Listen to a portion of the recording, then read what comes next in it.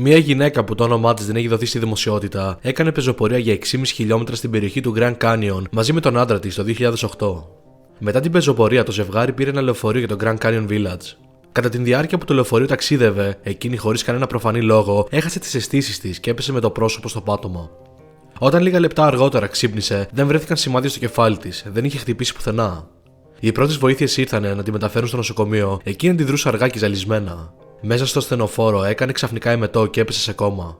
Παρά τις προσπάθειες των γιατρών, η γυναίκα έχασε τη ζωή της σχεδόν 19 ώρες μετά. Όχι, η γυναίκα δεν υπέστη τραυματισμό από την πτώση, αλλά έχασε τη ζωή της επειδή κατά τη διάρκεια της πεζοπορίας ήπια νερό. Όχι, δεν υπήρχε δηλητήριο ή κάτι παρόμοιο μέσα στο νερό. Τότε πώς γίνεται κάτι τόσο αθώο και κοινό όπως αυτό να της στέρισε τη ζωή? Καλωσορίσατε στη νέα μας σειρά. Εδώ θα δούμε διάφορα μυστήρια για το ανθρώπινο σώμα και τους τρόπους που δουλεύει αυτό. Υπάρχει λύση? Μα πρώτα ας κοιτάξουμε κάτι άλλο που όλοι μας έχουμε νιώσει, μα ποτέ δεν κάτσουμε να σκεφτούμε πραγματικά για το τι είναι αυτό που το προκαλεί. Σας έχει τύχει ποτέ να ακούτε πολύ δυνατά μουσική με τα ακουστικά σας ή να είστε σε μια συναυλία όπου ο ήχος είναι πάλι πολύ δυνατά? Σίγουρα θα έχετε παρατηρήσει πως μετά ένα βουητό ακούγεται στα αυτιά σας. Αυτό συμβαίνει επειδή θα σας το πούμε όσο πιο απλά γίνεται για να μην σας σοκάρουμε. Προκαλείται ένα αιμάτωμα στο αυτί σου. Προφανώς και το αυτί σου δεν θα αρχίσει να στάζει αίμα, ούτε θα κουφαθεί. Όχι αμέσως τουλάχιστον, γιατί η ζημιά που προκαλείται είναι μικρή. Αλλά αν αυτό είναι κάτι που σου συμβαίνει συχνά, το να προκαλείς δηλαδή επανειλημμένα αυτό το πράγμα στα αυτιά σου, υπάρχει σοβαρός κίνδυνος κόφωσης. Μα ας συνεχίσουμε με το θέμα με το οποίο ανοίξαμε το επεισόδιο που αφορά το νερό.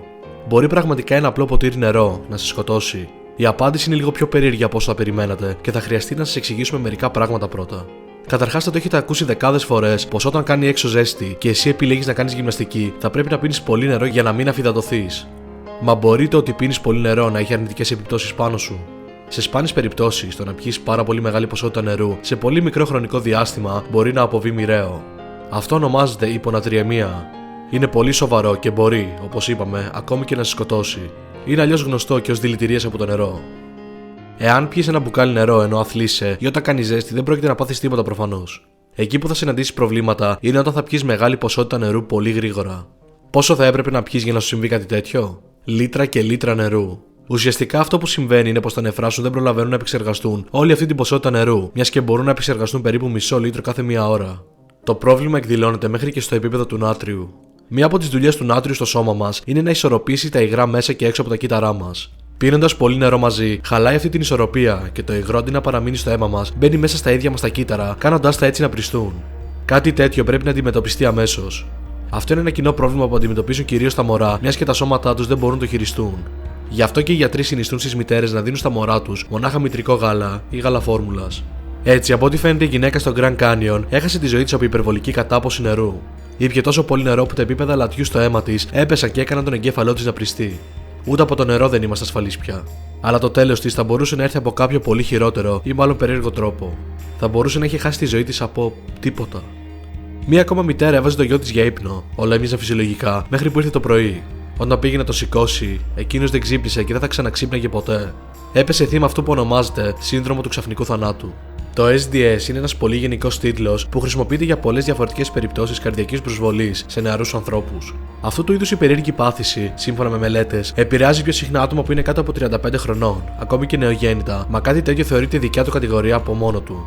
Αυτή η κατάσταση περιλαμβάνει την πάχυνση ή την ανώμαλη δομή στο μυ της καρδιάς και ανομαλίες στους ηλεκτρικούς παλμούς που ανατρέπουν το φυσικό ρυθμό της καρδιάς.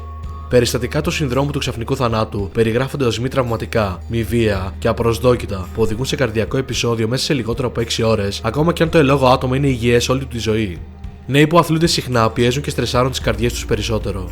Αν έχουν κάποια καρδιακή ανομαλία που δεν έχουν εντοπίσει ακόμα, υπάρχει μεγάλος κίνδυνος ρίσκου. Η άθληση από μόνη της δεν οδηγεί σε καρδιακή προσβολή, μα μπορεί να θέσει σε δράση τον ξαφνικό και απρόσμενο θάνατο ενός νεαρού ατόμου με την επιδείνωση μιας μη ανιχνευμένης ανομαλίας. Υπάρχουν φυσικά τρόποι να αντιμετωπίσεις το πρόβλημα, όπως και να το αποφύγεις, μα συνήθως είναι τόσο καλά κρυμμένο που μέχρι να μαθευτεί η ύπαρξή τους είναι πολύ αργά. Μπορεί εκεί που δεν το περιμένεις, ακόμη και εσύ να πέσεις θύμα αυτού του τρομερού συνδρόμου. Σας ευχαριστούμε που είδατε το βίντεό μας. Μην ξεχάσετε να μας ακολουθήσετε στα social media, Facebook και Instagram και να μας πείτε τι άλλο θα θέλετε να δείτε από εμάς. Από τους Gloomy Gentlemen, έχετε μια υπέροχη μέρα.